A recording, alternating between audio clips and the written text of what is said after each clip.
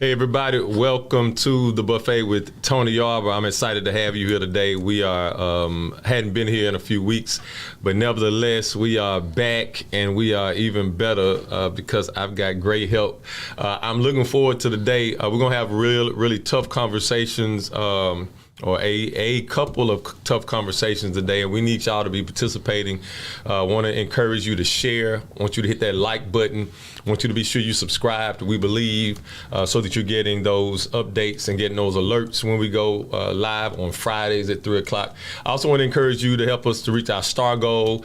Go on and hit that star button and be one of those folks who contribute. Make sure that the show has an opportunity to do what it needs to do. In order to stay on, bringing you some of the best commentary on local, state, federal information, news, as well as just plain old current events. We are looking for folks who don't mind and are looking for an opportunity to showcase your business. You may simply want to show a new business. It may be an existing business, a business that's been here and thriving, and you're looking for a new platform to get your brand out. This is the place to do it right here with We Believe on and for the buffet with Tony Yarber. Looking for sponsors to be a part of getting the word out, informing, empowering people through positive factual information. Ladies and gentlemen, boys and girls, it's my privilege now as we bring in our co-host, Madam Miss Angela. You'll hear us call her all kinds of things. Angela, what's happening? Nothing much. I'm excited to be here. Next week is Election Day. It's almost like I started watching Scandal last week, and that's the girls say when they see me start watching Scandal, they know it's time. Then my mind has switched into elections. Like I miss Scandal. I watch it back so much; it's ridiculous. And I don't know. It just helps me feel like. So it gets you in the game. It gets you. Now I'm gonna make a bad joke.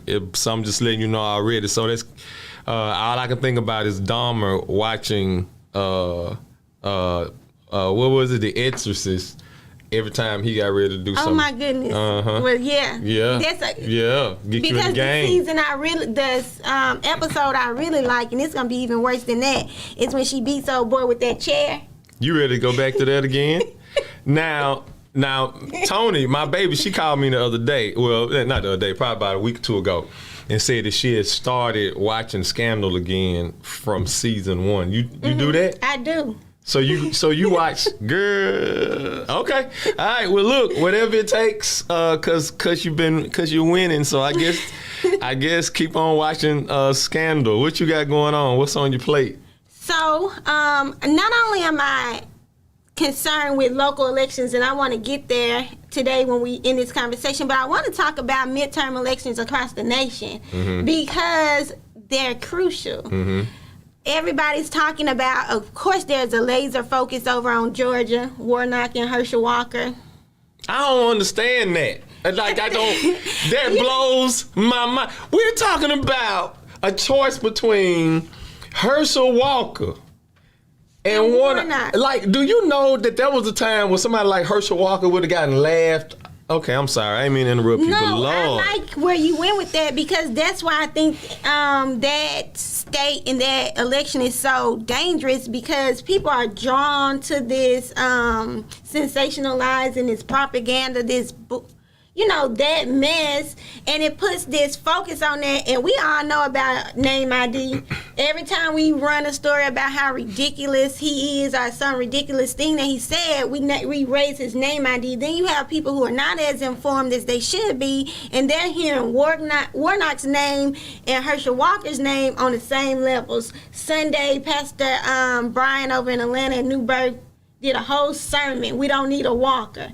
And I get it because we don't, and the sermon was really good, but we just keep raising that name ID, and I think that's dangerous. And I think it's dangerous because in places like Wisconsin, where we need to stay in office, we need that seat in that battleground state, we don't have enough attention on that state, and then we have all this attention on Warnock and Herschel Walker, and it's a toss-up state, right? So it could easily go Republican. We need every state that is Democrat to stay Democrat, and we need to take some because, of course, whatever office is in seat during midterms, that's typically the party that suffers, right? Yep. Because we got all this talk about why he canceled student debt yet. Well, he didn't. We need another stimulus, and then we get to the polls, and then people are voting emotionally. They're voting off of right now versus long-term effects of midterms, and so I think it's really important to talk about what's at stake. But I also have been reading and hearing and leaning into this idea that since Roe versus Wade has kind of enraged a lot of women, a lot of different demographics who vote typically differently, it's one of those things that kind of unite us all.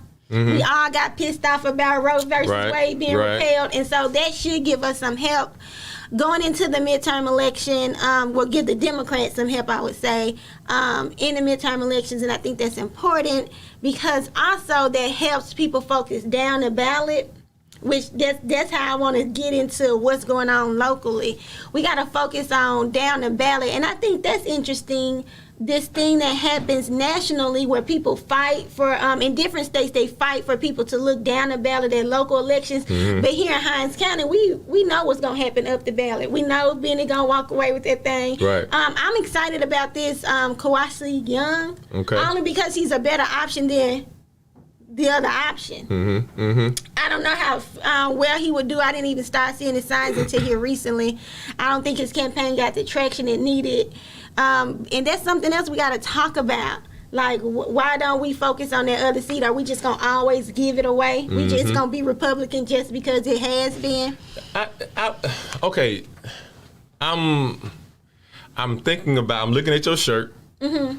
and your shirt says elect black women. Yep. I'm thinking about these races you're talking about, and I'm specifically thinking about Georgia, and not just Warnock and Walker, because that blows my mind. All right, you get why that would blow my mind, but what really blows my mind, and you have to forgive me if I'm taking you somewhere you intend to go, but what blows my mind is how Brian Kemp, the governor of Georgia, the architect, the absolute architect of voter suppression, he literally wrote the playbook for voter suppression legislation around the country. And he is leading, not just leading, according to polling, he is leading comfortably ahead of Stacey Abrams. Here's what blows me about that. That's different than the Walker case. We get Walker. Mm-hmm. We get Herschel Walker because he's Herschel Walker, and some folk grew up watching him and they don't care. They just love Herschel. But what I don't get is how we've got a group of black men led by folks the likes of what's the cat name? Killer Mike, the M. Hopetep boy, whatever they're not just supporting Brian Kemp. They are out here stumping for Brian Kemp. I don't get that.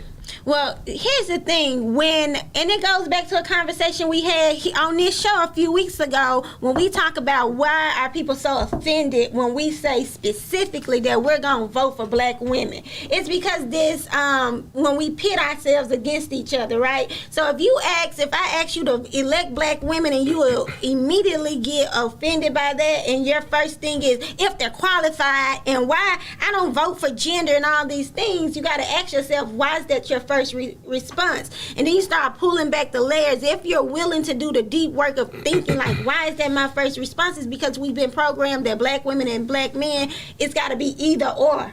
It can't be we gonna do this together. It's always either or. And then you start peeling back those layers of misogyny, classism, sexism, racism. And then we can see why a state that should be rallying behind Stacey Abrams is not. And then you gotta look at the amount of money and what a Stacey Abrams actually winning governor will mean. Because it's going to be the same way her rallying all those folks and flipping the state for those Senate races. That's in a clear signal to the state of Georgia. That's in a clear signal to old Republicans. That's in a clear signal to folks who cannot, it's just, they would die before they say a black woman is in that seat of power. And it sent a clear signal to them that y'all gonna have to do some different things because they're doing some different things. You see what I'm saying? Yeah, So I get it. So they've put the money on the ground, and people are moved by money. But and you're right, so that I believe. Let me tell you what I believe. I believe that these smooth talking jokers and got these black men in these rooms and have started talking about money and things right now. Mm-hmm. And I read something today, and I'm not, this isn't a knock on Kyrie Irving, but it was said about Kyrie and it fits what we're talking about. But they asked, what's the guy's name? Lord have mercy. Jabbar. Kareem Abdul-Jabbar. They asked him, I don't know why I was trying to call him Hakeem Olajuwon, but they asked Abdul-Jabbar what he thought about this situation. Kyrie. Okay. All right. So Kareem says that Kyrie lacks an understanding of history, so he'll never change. Okay? I'm telling you, and you can call me old-fashioned. This probably gonna come up later on in the conversation. I'm a middle-aged man, and I'm okay with that. I get it. I'm a middle-aged man. I am Generation X. That is in terms of culture, that's a long way from folks who were born in the even the mid to late 80s mm-hmm. and the 90s. That's a long way.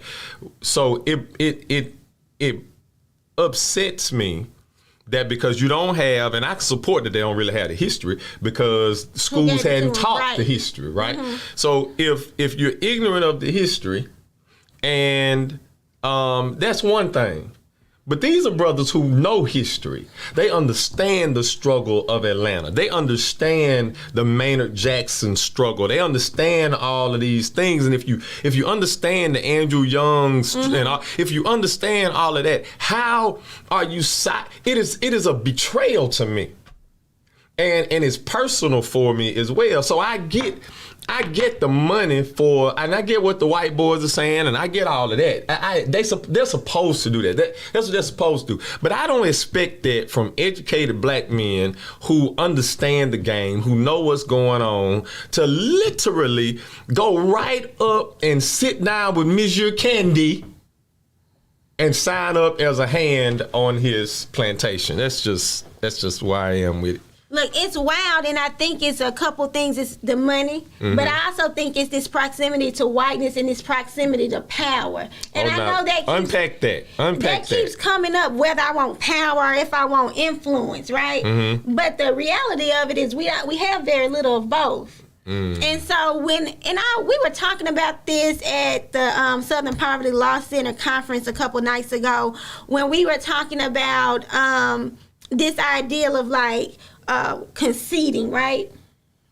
So it's like, well, I want this, so I'll give this. But if you don't have anything to start with, all you're giving is all you got. Mm-hmm. Yep. And so that's what Killer Mike and them are doing. Is like saying, and I gave the example in that conversation about why I'm okay with black men leading the way they do at church. Because where else can you find a black man in a seat of authority?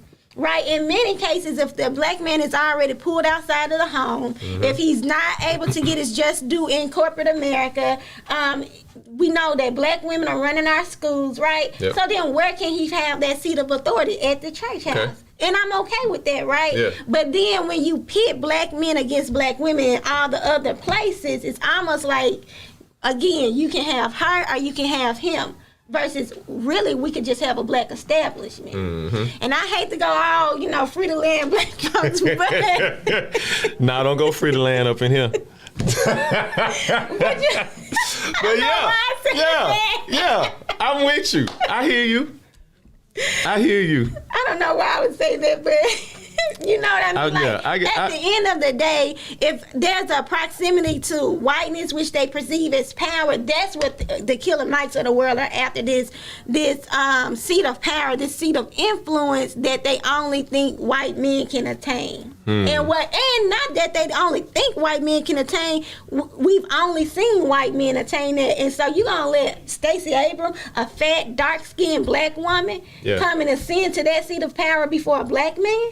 Jason Whitlock, you familiar with Jason Whitlock? All right, Jason Whitlock is a sports commentator / he just talks about whatever he wants to, and he is conservative, disgustingly conservative, nauseatingly conservative. So he posted a video of our girl, Olivia Pope, Megan Good, endorsing Stacey Abrams, and they're dancing and it's showing. You seen that video? No, keep on. All right. Well, no big deal. Well, he retweets it. He retweets it and quotes, "embarrassing." So, and I bring that up because you said this fat black, and when you said that, immediately I saw that. So underneath that tweet, I went on and I said, "What exactly are you embarrassed about, bruh?" Because you saying that now it makes sense. I get it. We gotta do something about that. Because it's the way that black women are perceived, right? So the way we perceive ourselves, and then how the rest of the world perceives us. So we've seen over the last couple decades this embracing our natural hair. I'm saying I'm okay in whatever skin I got. I'm okay if I'm gonna be chunkier, then look, I'm just gonna be chunkier, right? And being okay with that. And then and not only just what that looks like, then taking data and saying, wait, actually doctor, my weight doesn't have anything to do with that. So all of that combined, and I say this to women candidates all the time, look, it might not be right, but change what you have on. Go get your hair done. Women face so many more things on the campaign trail than men do, because a man could come fresh off of shooting basketball, and the commentary around that would be, look how passionate he is, multiversatile. Everyday people. You know what I'm saying? Everyday people, multiversatile, all of that. But a black woman can come in from PTA meeting, ruffled up a little bit, and they're like unprepared, unprofessional. And they love to tell us we're unprofessional. There's never going to be a standard that we can meet because they don't want us to. Wow. Well, I think that we got to figure out how to. And I'm not so concerned right now about everybody else, but this Killer Mike thing is really, that thing bothers me. And I think we got to figure out, how do we get black men to understand the real value in black women, but not just black women, but the value that is in our community. When we come back from break, we're going to cap this off, and then we're going to jump into what I think is a taboo conversation right now. It's an unspoken epidemic. And we need to deal with it. Y'all come on back here right after the break. We're looking forward to hearing from you right here on The Buffet. Do you have something to say? Do you want your voice heard? Join the We Believe Global lineup. Be the star of your own show. For more info, call 800-492-5186, option number 1, or visit online at webelieve.global.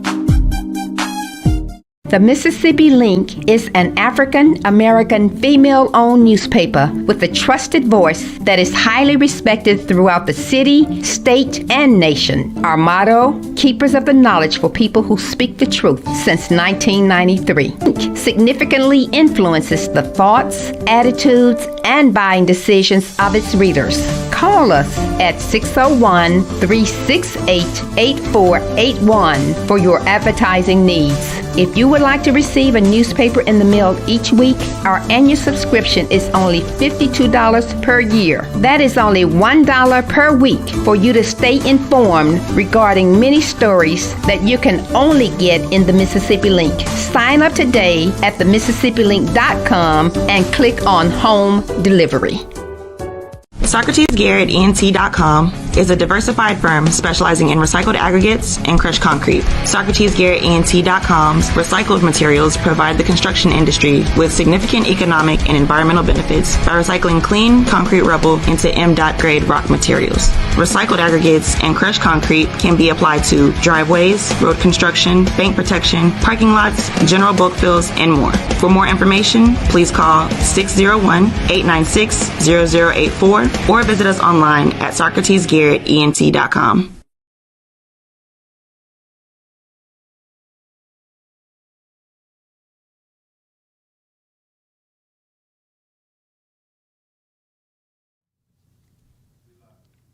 Hey everybody, thank you for joining us. Welcome back to the buffet with Tony Yarber. We're joined with Angela Grayson. We've been having a conversation about, feel like we meandered through a bunch of stuff. We did. But I think where we landed talking about this idea of value that we've got to be able to find in black women, particularly when we're talking about elections, political positions, and the like.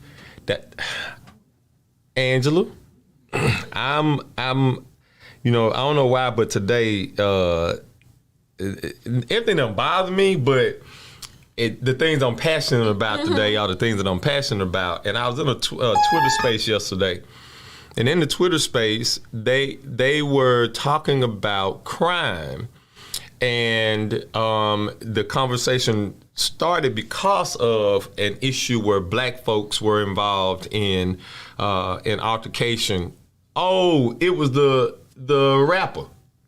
What's his name? Takeoff. Him. Okay. That's what it was about. It was about that. All right. And somebody used the term black on black crime, and the Twitter space went crazy. Like they lost it. Mm-hmm. And that conversation went from talking about why we are doing the things that we do, and let me say this: what I know is people hurt whoever they are in community with. Right. Okay. Mm-hmm. So I'm not one of those folks who thinks that black on black crime is a thing. Mm-hmm. Because if white folks just live around white folks, who white folks gonna kill? White folks. And who do white folks kill? White folks, right? Right. Chinese folk kill who? Chinese folks mostly. And that so I get that. But the conversation though, I think that we're missing is where do we get this idea that there should be the kind of community that disallows that kind of behavior with each other. Right. So when we talk about black on black crime, and I got to do that too because I'm definitely one of those people on Twitter saying black on black crime is not a thing. Stop saying that, because I feel like that when we do that, we number one, we take it's this way we dehumanize black people. So we take the humanity out of this crime happening to victims, or this crime happening in a community, and then we just make it a black thing. Mm-hmm. When we grieve white folks when they die at the hands of gun violence differently than we do black people, because white people just have a tragedy, but black people have to contend with black on black crime. So I think there's some nuances there. So there's some realities why we should not say black on black crime, and that should be a real thing. But then in the black community, we got to deal with black on black crime. I mean, because at the end of the day, I don't think the people, and I've been saying this last few days, I don't think the people who are literally being held hostage on their porch, they're literally being accosted by flying bullets and gunshots and all that.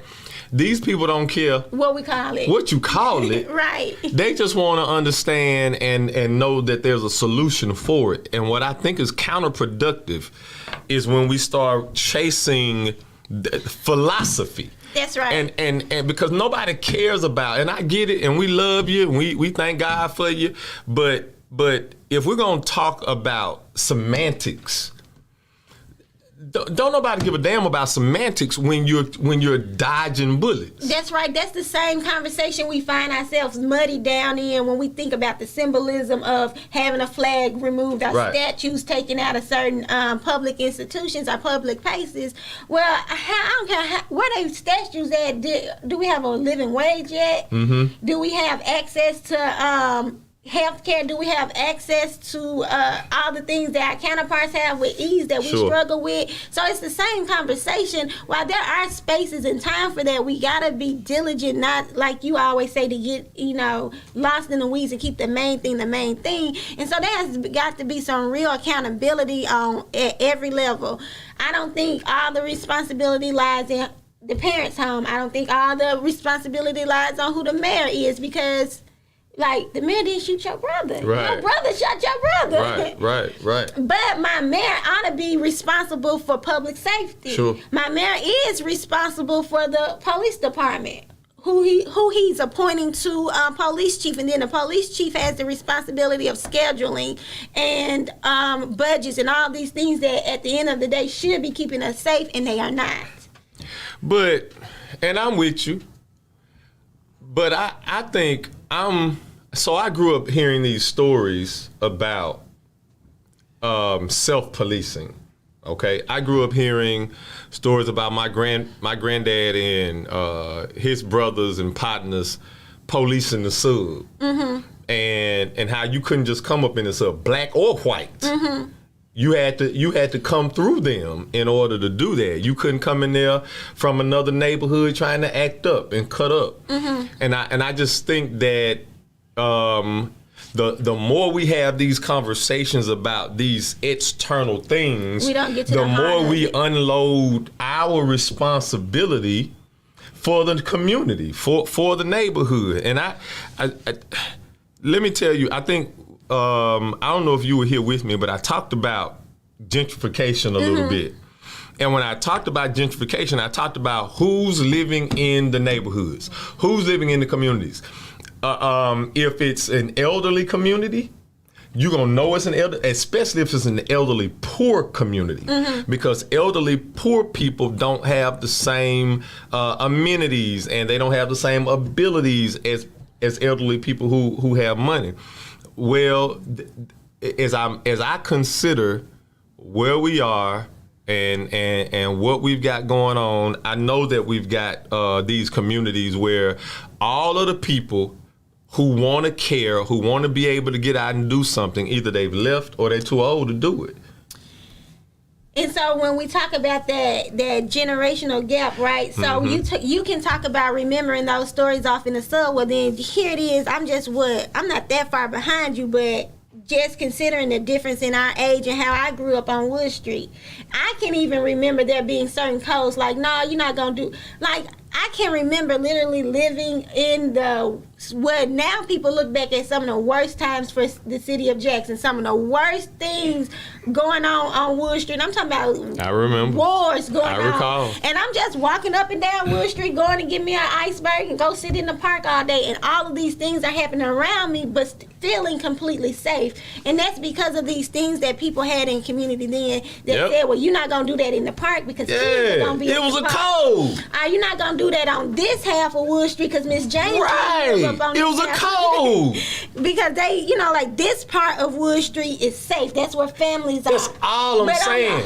Like this other part that, from my eyes as a kid looking, I never even knew what that part of Wood Street looked like because it was literally a corner past Maple Street that I couldn't even go past. But that thing doesn't exist anymore because what those guys who were in those wars and essentially these dope boys, yada yada yada, what they were working for was to make it out the hood. But that's not it. Like those brothers, like my uncles and all of them, those dudes could be on the corner selling dope, telling you to go to school. Absolutely. Go to school, little bro. Absolutely have stories. Go to school, y'all. You don't want to be out here on these streets. Like, they would do that. But these dudes, it's almost like they're recruiting folks to mimic their failures.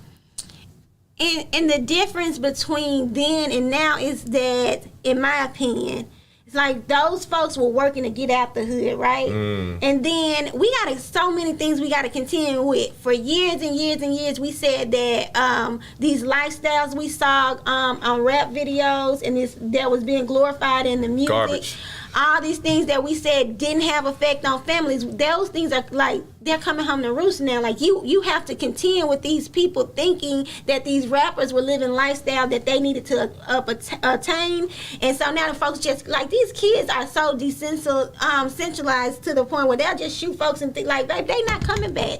That's not, you kill him, he's gone. That's like, it. They're killing each other. It's almost like they expect to not be here the next year. Yeah. And we got to contend with the fact that we made that okay. We not only have we made it okay, but we've missed some real opportunities. I don't know, and I'm sure because you're always up on the black woman data, but in between, during the pandemic, homicide rates jumped like 30-some%, right, all over the country.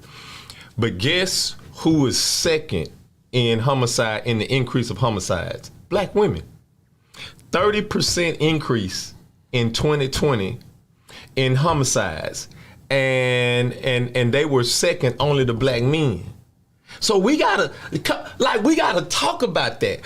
When we say that black men are 7 to 8 times more likely to kill another black man than their counterparts, that's troublesome for me. Especially when I know we ain't but 12% of the population. Right. Especially when I understand mass incarceration. Especially when I understand the school to prison pipeline. So as I get that and I understand that, I think that we've really got to start calling people to the carpet who want to rest and argue philosophy in Twitter spaces, but they don't want to have these real rough and tough and tumble conversations. Now, when I say I'm old school, I'm Joe Clark old school. And more than that, we want to have these high-level conversations, and I'll see this across the spectrum. Community organizing, we want to stay up here at the grass tops. Everybody wants to stay up here on theory, and I tell folks all the time, look, in theory and in practice are two totally different things. So not only do we want to just stay up there, but we push back on going into the communities that we say these conversations are going to impact. So what does it look like to go into a community and really understand why they're fighting? Like, what was the thing that triggered you to go in there and shoot somebody who last year was your bestie? Yeah. Yeah. Like, what's happening in a home where... What's happening at home? What's happening in a home where a woman... And I'm not saying that black women, the rates rising for black women were only because of domestic violence, but if we take into account the picture of what was happening, people not being able to leave home and being held captive in spaces for that amount of time, and then seeing black women commit murder, it's because she was then put in a situation to defend, Yeah. Chris brings up a point that supports what you just said. Chris says some of the young people don't think they will live past 25 now, shaking my head. To be called an old man when I'm 46 is like, wow, they're about money and clout. Now, Chris, I was reading some research earlier today, and it said that the two demographics whose life expectancy has decreased the fastest: black men, black women. Why, Chris? Because homicide is the leading cause of death for black folks. Y'all can keep on pontificating. You can keep on blaming Tate Reeves. You can keep on blaming being poor. You can keep on doing all of that. And when you get done, if the murder rate hadn't gone down, I will submit to you that your pontificating ain't hitting on 2 dead flies. Damon Guyton says, will you do a show on mass incarceration? Absolutely, sir. As long as you would help to educate us. That's the word I'm looking for. Educate us prior to us doing the show. Absolutely, man. Listen, y'all, we're excited about the direction of the show. We're excited about the kind of information that we're able to get out. Be on the lookout. Angela and I are going to be announcing in the next month an opportunity for those of you who are looking to get engaged in the next election cycle. You contemplated running for office. You've contemplated being on the ballot. If that's you, look out. We're getting ready to host a seminar. You'll hear about that in the next 4 weeks. Look, until next time, God bless y'all. Thank you for joining us here on the buffet. Angela? Thank you, Yarber, for having me. It's always a pleasure. I want to make sure that before we get out of here, we remind people to make sure you get to the ballot on November the 8th and cast your vote. Don't just cast your vote, but cast your vote for people who are going to prioritize safety, security, and stability for this county. Make sure you look down that ballot and choose judges who are going to defend you, who are going to do what's right for this community. I wish I had the opportunity to say it earlier. Chancery Court is so important. Chancery Court is where if you're going to challenge the Mississippi State Constitution, it's going to start in Chancery Court. If you're going to sue the city council about a contract, it's going to start in Chancery Court. And we need to have judges who, number one, aren't going to recuse themselves when tough, controversial things come up, and number two, have a track record of standing on safety, security, and stability for our communities. Bye, y'all. See y'all next week, same time, same place. God bless you.